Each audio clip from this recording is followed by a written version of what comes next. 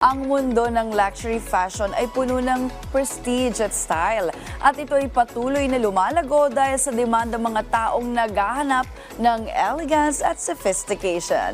Kaya ngayon, success story naman ng isang luxury items business ang aming ibibida. Makimain na dito sa Negosyo Tayo.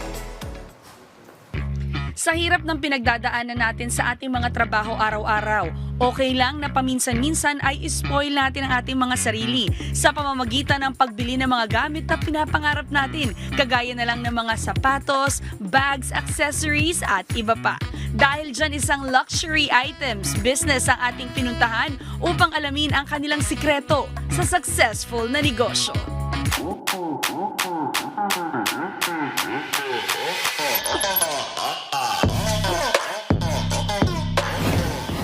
Plus 2 to season. Ang ganda. Ayan na 35 kayo. Hindi na yung 35. 30 na lang. Hindi, 28 na lang. Wow! Bilhin nyo na yan agad mga madam. Sige. Prior to entering the bags business industry or yung mga luxury business mo, what was your work? Nasa business talaga ako. Nasa line talaga ako ng business. Before, nag-gluta. Yung gluta. Kaya lang kasi masyado na nag-hint yung gluta. So, dahil doon, hindi na ako masyadong Tapos, yun, nag-ano ako sa bag. Eto, ano lang to, sugal lang to. Actually, wala akong alam sa bag. Hindi ako mahilig sa bag. Wala akong knowledge. Ganun. So, inaral ko lang talaga. Tapos, thank you pandemic rin, baby ako eh. So, Miss Jen, what do you think is your key ingredient to success? Siguro yung fairness. So, sa lahat ng bagay, by all means. Any struggles or challenges along the way while building this your business? Ang negosyo ng bags and luxuries, maraming struggle to. Sobrang dami. Meron dito lolokohin ka. Meron dito buyer mo, pinadama ka lang. Ganun, tas nawawala na kapag na. Yun, may mga struggle talaga na talagang babagsak at lulubog ka na. Pero siguro dahil fair ka, inaangat ka pa rin, di ba?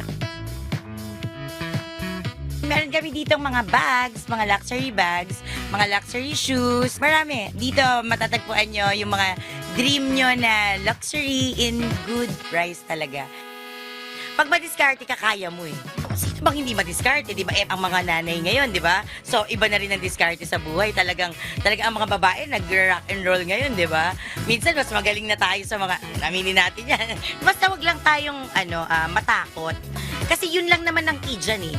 Sugalan mo, di ba? Alam mong para sa iyo itong isang bagay. Lagi dapat may confident, ganon. Kahit walang puhunan, kaya mo yan. Pag nakabenta, hindi nga bibigyan nga kita ng matitindi nga. Magkano mo na lang ito binibenta? 15! Pag ikaw nag-live. 15! Oh. So, 15,000 na lang po. 15. Unahan na lang po for this. Sabi nga ni Albert Einstein, life is like riding a bicycle. To keep your balance, you must keep moving. Yan po ang ipinakita sa atin ng business owner na si Miss Jen Boles. Another business story na naman ang ating itatampok sa susunod nating pagkikita. Kaya naman mga kanegosyo, tara, negosyo tayo!